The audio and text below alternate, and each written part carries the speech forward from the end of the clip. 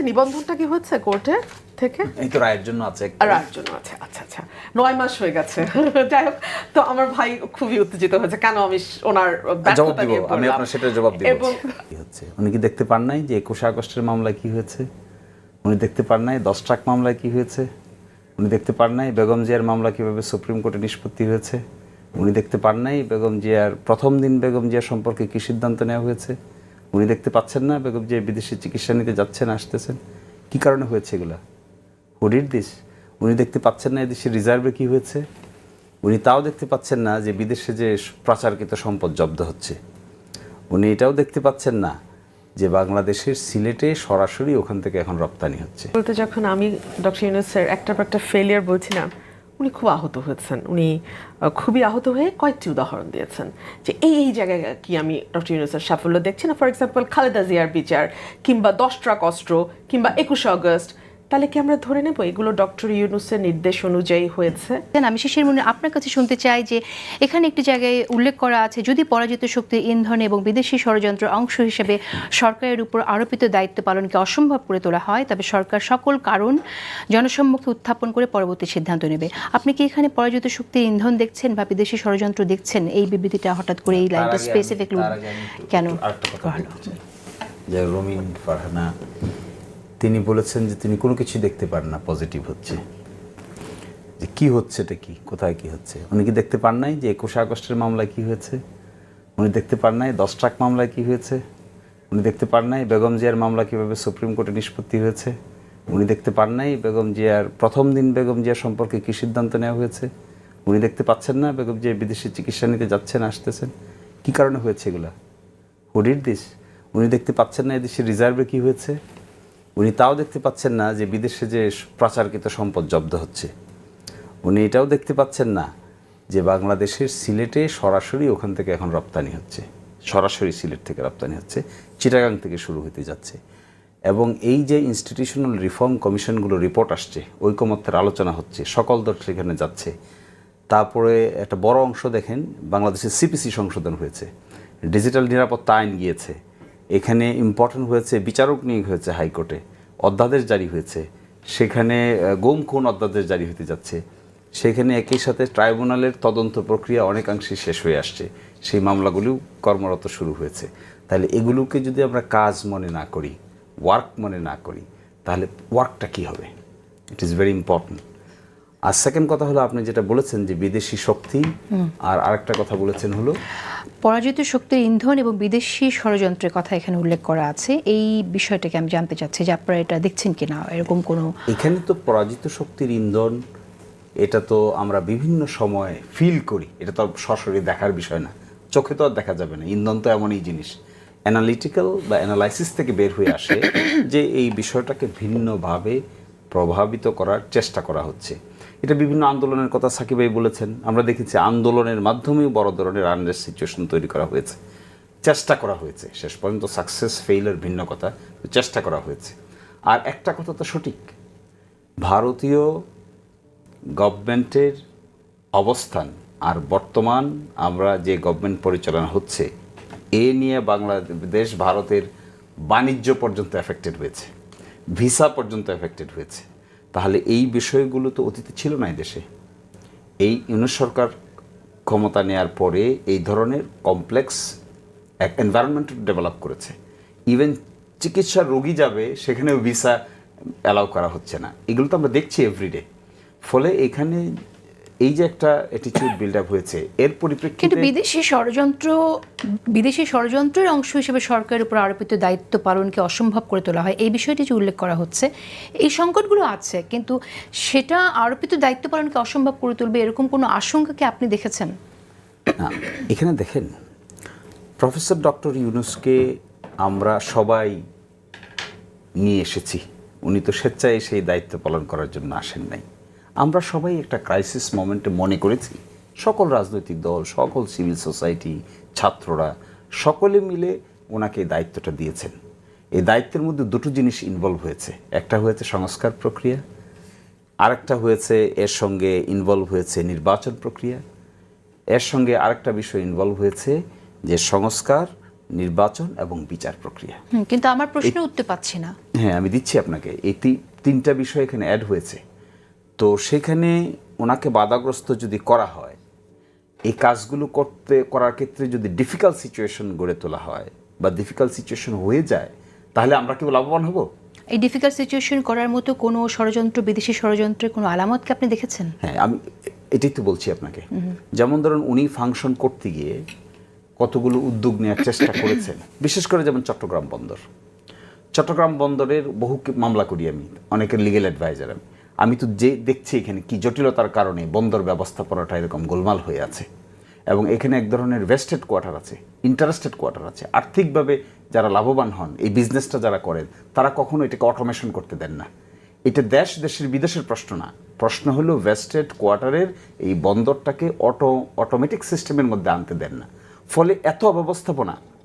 আপনি যদি কেউ বন্দরে যান, তাহলে এখানে মাল লোডিং আনলোডিং ক্ষেত্রে, যেটাকে আমাদের হৃৎপিণ্ড বলা হচ্ছে অর্থনীতির, এবং ইউনূস সরকারও বলেছেন যে এটা একটা হৃৎপিণ্ড, এখানে যদি অটোমেশন প্রক্রিয়া চালু করা হতো, আমাদের অর্থনীতির চাকা বড় আকারে দেখা। কিন্তু এখানে তো যে বাধাটা আসছে বা আপত্তি যেখান থেকে আসছে, আমরা যেটা শুনছি, আলোচনার কথা বলা হচ্ছে রাজনৈতিক দলগুলো, দেশের রাজনৈতিক দলগুলো থেকে আপত্তি আসছে। বিদেশি ষড়যন্ত্র কেন এখানে আপনি এটার সাথে রিলেট করছেন? দেখেন, ডক্টর ইউনূস, আপনি আজকে ডক্টর ইউনূস সরে যাক, আমি একটা রুট বাস্তবতা করি, আজকে ডক্টর ইউনূস সাহেব না থাকুক, কোনো কারণে উনি দায়িত্বে না থাকুক, আমাদের কারণেই হোক কিংবা অন্য কোনো কারণেই হোক, উনি না থাকুক, দেখবেন এই যে গণ অভ্যুত্থান হয়েছে এটা কীভাবে চিত্রিত করা হয়, এর কি ইন্টারপ্রিটেশন আসে। আজকে আপনি নিউ ইয়র্ক টাইমস, দু একদিনের মধ্যে দেখতে পাবেন, ফ্রাইডেতে দেখতে পাবেন ইকোনমিস্ট, এর অ্যানালাইসিসগুলো দেখতে পাবেন যে কিভাবে বাংলাদেশকে চিত্রিত করা হয়, এবং বাংলাদেশের এই অভ্যুত্থানটাকে বিভিন্নজন চিত্রিত করার চেষ্টা করেছে, তো পারে নাই তো, এবং না পেরে বরং যে অভ্যুত্থান হয়েছে এটা তো একটু ডিফিকাল্ট টাইপের, অনেক এক্সিস্টিং পাওয়ারকে চ্যালেঞ্জ করেই তো এটা করতে হয়েছে। ছাত্ররা সামনে ছিল, সকলেই সাথে ছিল, এই জন্য পসিবল হয়েছে, পসিবল হতো না। তাহলে এর অর্থ কি আপনি বলতে চাইছেন যে বিদেশি পত্রিকা, পাশের দেশের মিডিয়া যেভাবে পোর্ট্রেট করবে, সেটার কারণেই যদি সরকারের কাজ সরকারের উপর আরোপিত দায়িত্ব পালন অসম্ভব হয়, তাহলে সরকার জনসম্মুখে এই কারণ উত্থাপন করে পরবর্তী সিদ্ধান্ত নেবে? এটার একমাত্র সেফগার্ড কি? সরকারের সামনে একমাত্র সেফগার্ড কি? একমাত্র সেফগার্ড হলো যে বড় বড় রাজনৈতিক দলগুলো আছেন, স্টেক হোল্ডার্স আছেন, সিভিল সোসাইটি আছেন, তাদের ঐক্য। এই কথাই সেখানে বলেছেন। ঐক্য যদি বজায় থাকে তাহলে ওগুলো মূল বিষয় হবে না, ঐক্য যদি বজায় না থাকে তাহলে ওটা মূল বিষয় হয়ে দাঁড়াবে। এবং এই জন্য এখানে মূল বিষয়টা হলো এই ঐক্যটা। আমরা দু একটি মারফতে, দু একটি সূত্রে আমরা একটি বিষয় শুনেছি যে সেনাবাহিনীর প্রধানের বক্তব্য থেকে তিনি হার্ট হয়েছেন, বিশেষ করে নির্বাচন প্রসঙ্গে তিনি যেখানে বলেছেন ডিসেম্বরের মধ্যে হতে হবে, এবং আরও দু একটি বিষয় এখানে এসেছে, চিটাং পোর্ট ছাড়াও মানবিক করিডোর প্রসঙ্গ এসেছে। এটা আপনি কতটুকু মনে করেন? আসলে আপনি সেনাবাহিনীর প্রধান যে বক্তব্যটা দিয়েছেন তিনি উচিত বলেছেন, দেখবেন শব্দটা উচিত, এবং আজকেও একজন প্রভাবশালী বিএনপি নেতা সেটা বলেছেন যে তিনি উচিত বলেছেন। এই কথা তো অস্বীকার করার কোনো স্কোপ নাই।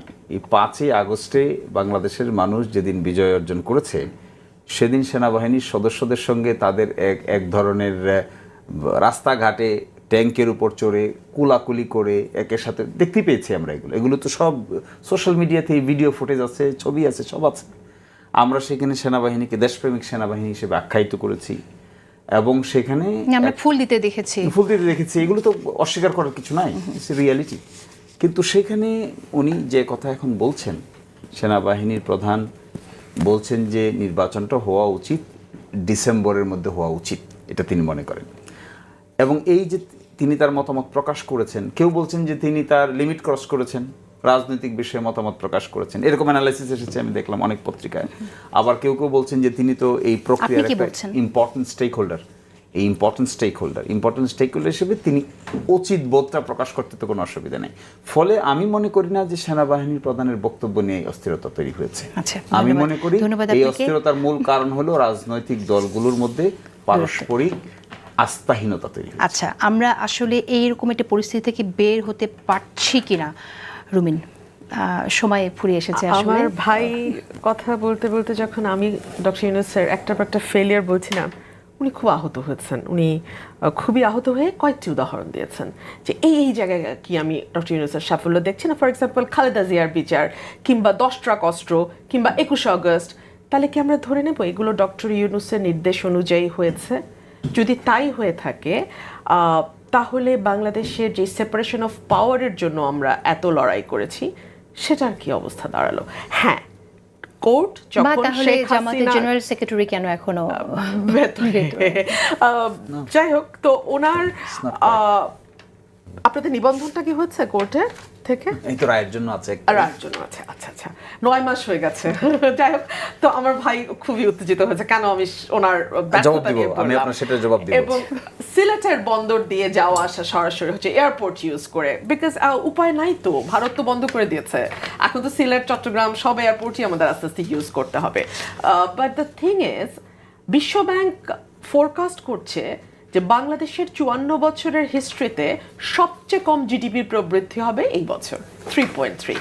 এবং আমদানি রপ্তানির যে কথাটি আমি বলেছিলাম ওটা আমি রিপিট করব না, ওটা আমার কথা আগের সেগমেন্টে আমি বলে দিয়েছি। একটা 26% কমেছে ফরেন ডিরেক্ট ইনভেস্টমেন্ট, আর 29% কমেছে internal investment. So failure is so vivid, so loud and so clear যে এটা নিয়ে আসলে দ্বিতীয়বার কথা বলাটা ভেস্টেড ইন্টারেস্ট ছাড়া এটা মানে কাউন্টার দেওয়ার আসলে আর কোনো কারণ আছে বলে আমার মনে হয় না। এবং আপনি লক্ষ্য করুন, সরকারের সদিচ্ছা নিয়ে যদি আমরা আলাপ করি, বিএনপি একটা কথাই বলেছে যে আমরা একটা রোড ম্যাপ চাই, এবং বিএনপি স্পষ্ট করেছে যে গত 15 বছরে এই সরকারের হাতে, মানে বিগত সরকারের হাতে, আওয়ামী লীগ ফ্যাসিস্টের হাতে সবচেয়ে নির্যাতিত দল বিএনপি। সুতরাং বিচার নিয়ে বিএনপি যদি আসে, কিংবা অন্য কোনো বিরোধী দলও যদি ক্ষমতায় আসে, যেই আসুক, আওয়ামী লীগের বিচার নিয়ে চিন্তা করার কোনো কারণ আছে বলে মনে হয় না। আর এক একটা বিচার বলতে আসলে আপনি কি বোঝেন? এফআইআর দায়ের করা, চার্জশিট আসা, নিম্ন আদালতের রায়, হাইকোর্টের রায়, উচ্চ আদালতের রায়, রিভিউ, কোনটা? আপনি যদি কমপ্লিট বিচার শেষ করার কথা বলেন তাহলে আগামী 50 বছরেও বাংলাদেশে নির্বাচন হবে না। আর বিচারের মধ্যে আপনি কাদেরকে আনবেন? আপনি তো সকলকে দেশ থেকে পালিয়ে যেতে দিয়েছেন। রাঘব বোয়াল যারা ছিল, এবং বিশেষ করে গণ অভ্যুত্থানের সময় যাদেরকে আমরা সব সময় দেখেছি, সেটা শিক্ষামন্ত্রী হোক, সেটা তথ্যমন্ত্রী হোক, সেটা ওবায়দুল কাদের সাধারণ সম্পাদক হোক, আর হাসিনা তো হাসিনাই, তো যাদেরকে আমরা এত দেখলাম তাদের কাউকে কিন্তু আর পাওয়া গেল না। এবং last but not the least, আমাদের কি রাষ্ট্রপতি আব্দুল হামিদ পর্যন্ত পালিয়ে যেতে পারলেন, কিন্তু আমরা তাদেরকে ধরে আনার কোনো, মানে এই সরকার ব্যর্থ হলো আর কি, কাউকে ধরতে পারলো না। বিচার তো বহু পরের কথা। সংস্কার, এই যে ছোট সংস্কার, বড় সংস্কার, মেজ সংস্কার, অনেক রকম কথা বলছে, কোনটা ছোট কোনটা বড়, কোনটার জন্য কবে, এই কথাটাও তো স্পষ্ট করছে না। 6টি কমিশন রিপোর্ট দিয়েছে, সেই রিপোর্টগুলোর ব্যাপারে ইভেন কনস্টিটিউশন কমিশন যে রিপোর্ট দিয়েছে, যেটা সবচেয়ে বেশি আর্গুমেন্টেড কমিশন, সেইখানে বিভিন্ন দল তাদের মতামত জানিয়েছে। কোন কোন জায়গায় তো সব দল একমত হয়েছে, কোন 5টা 10টা, সেগুলো বাস্তবায়নের পথেও তো সরকার জানিয়ে দেবে। এবং এই যে আজকে বিএনপি গেল মিটিং করতে, আজকেও কিন্তু রোড ম্যাপ পেল না সরকার, কোনো রকম কোনো ধারণাও দিল না যে কবের মধ্যে নির্বাচন হতে পারে।